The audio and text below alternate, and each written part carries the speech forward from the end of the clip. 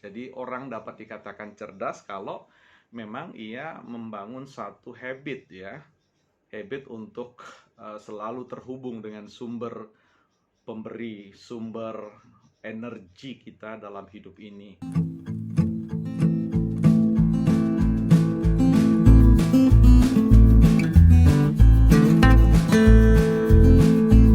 Halo, jumpa lagi di channel Edukasi dan Motivasi bersama saya dengan Bella Padatu.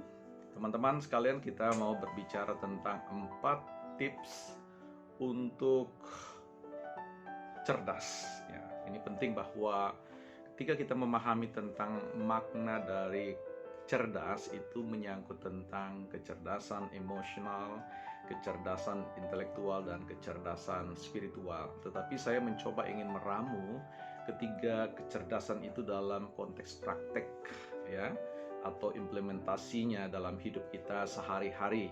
Nah, berbicara tentang arti cerdas itu bahwa ada sebuah proses yang berkembang dengan baik terkait dengan peran akal dan budi kita.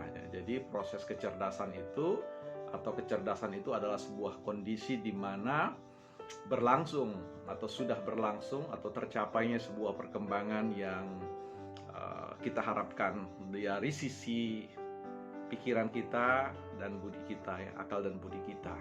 Nah, 4 hal yang saya rumuskan ini menjadi sesuatu yang menurut saya hal yang penting dan tidak bisa diabaikan. Kecerdasan yang pertama adalah kecerdasan dalam konteks berelasi dengan Tuhan ya.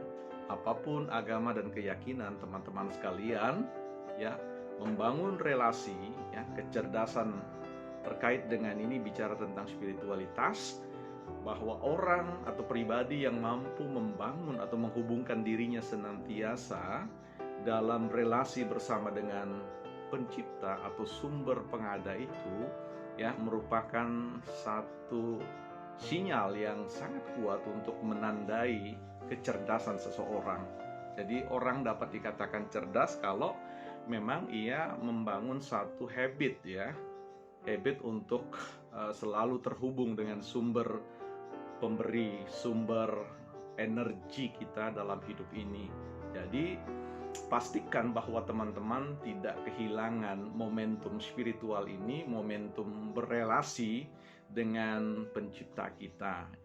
Tentu dia tahu sendiri, dia tahu keseluruhan karena kita adalah buatan tangannya. Nah, teman-teman, itu adalah tanda atau sinyal kecerdasan yang pertama. Bagaimana kita berelasi dengan Tuhan yang kita yakini, yang kita sembah, apapun agama dan keyakinan teman-teman.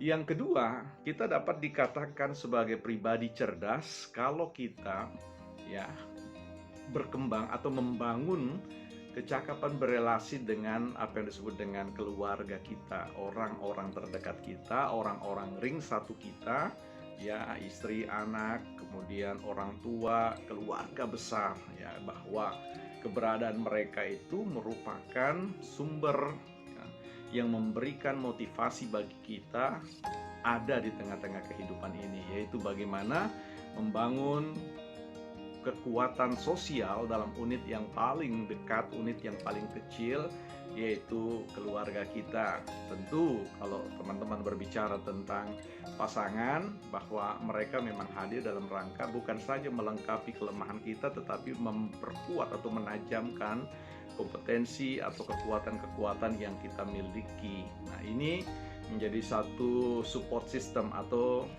saling dukung dalam rangka untuk mencapai tujuan-tujuan berkeluarga ya. Begitu juga dengan anak-anak, begitu juga dengan orang tua kita ya, keluarga besar yang kemudian disatukan dalam sebuah momentum sosial yang disebut dengan pembentukan keluarga baru atau pernikahan dan seterusnya ya. Jadi orang cerdas selalu mampu menunjukkan ya kualitas relasi bersama dengan orang-orang terdekat mereka, orang yang selama ini hadir dan tahu persis bagaimana diri kita dan perkembangan diri kita, apa tujuan-tujuan hidup yang kita ingin bangun. Sebelum saya menyampaikan hal yang keempat, sinyal atau tanda-tanda kecerdasan itu, saya mau berbicara tentang kecerdasan yang ketiga yang disebut dengan kecerdasan, ya, menumbuhkan apa yang disebut dengan keahlian kita, bidang keahlian kita.